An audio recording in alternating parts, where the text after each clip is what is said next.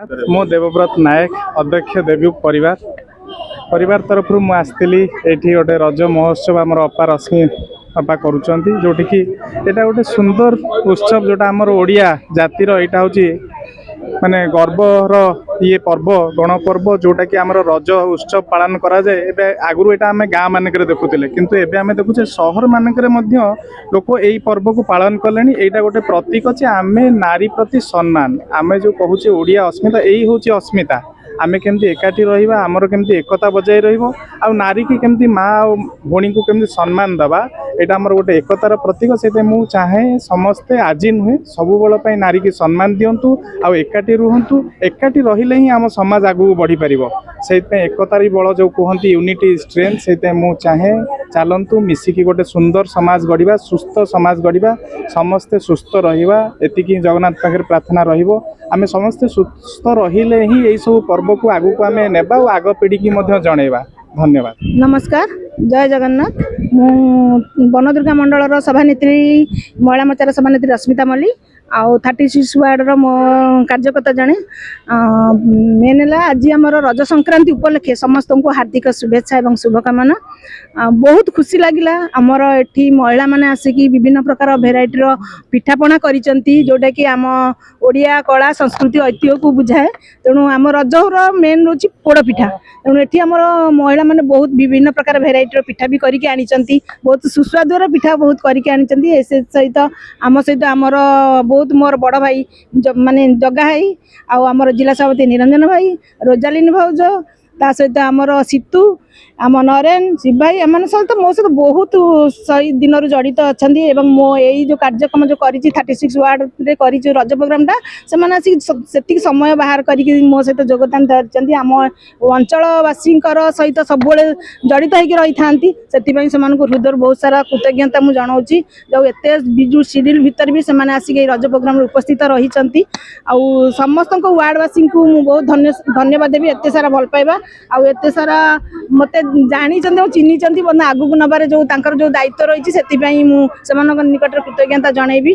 चाहिए मो वार्डर निश्चित किसी उन्नति हो मो द्वारा जिते सक्षम हो पार मो अंचलवासी सुख दुखर साथी होगी छिड़ाबी सबुथ उन्नतिकरण केमी हो पार अंचलवासी आहरी सुविधा मान पाइपर से दिगरे सरकार प्रति ध्यान निश्चित जनइबी। जाऊ आम यही वार्ड तरफ केमी आहरी भल कार्यक्रम हो पार से विषय नहीं सरकार पाखे उपस्थापन करी आती धन्यवाद देवी। जाऊ आपण को बहुत सारा धन्यवाद आपण मैंने एत संख्यार आसी मो सहित सामिल होती मो सुख दुख सामिल जोग देती से आपण को कृतज्ञता एवं धन्यवाद। आज आमर नारी नेत्री रश्मिता मल्लिक 36 नंबर वार्डर महिला मान को लेकिन आज गोटे रज उत्सव पालन करते। ये आमर बहुत नारी नेतृत्व माने आसी आमर जिला सभापति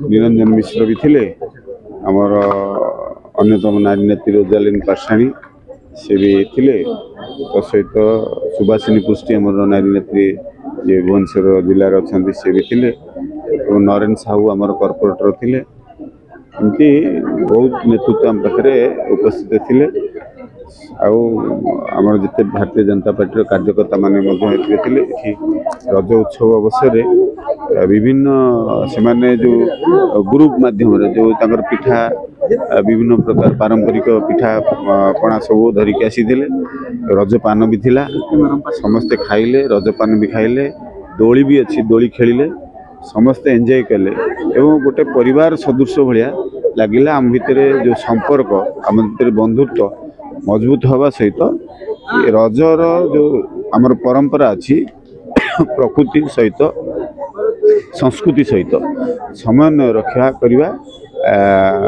एवं माँ माटी सम्मान कथा अच्छे ये सब कथा को आधार करिकी आग पीढ़ी आमर जो नेक्स्ट जेनरेशन ये विषय रे केमिति माने जानिबे कहीं आम आर जब इतिहास को जीवा 6ठ शताब्दी समय 15,000 माने 1,500 वर्ष तलू आज तार इतिहास मिलूँ।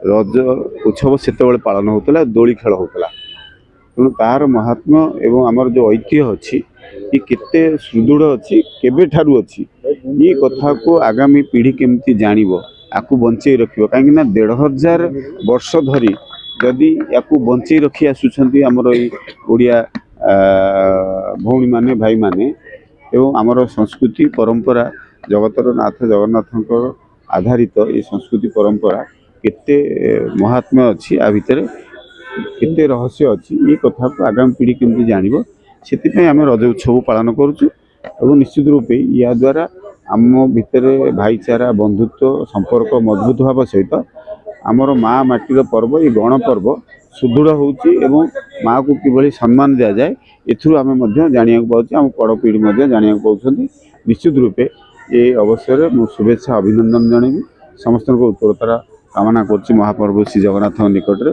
ଏମିତି ହସୁଥାନ୍ତୁ ଖେଳୁଥାନ୍ତୁ ଏମିତି ଆମ ଭିତରେ ସମ୍ପର୍କ ଥାଉ ଏମିତି ମଜବୁତ ହେଇକି ଆମର ସମାଜର ମଙ୍ଗଳ ହେଉଥାଉ ଏତିକି ନିଶ୍ଚିତ ରୂପେ ତ ଆମେ ଦୃଢ଼ ମନା ହେଇକି ଆଗକୁ ବଢ଼ୁଛେ ଏଇଟା ହେଉଛି ବଡ଼ କଥା।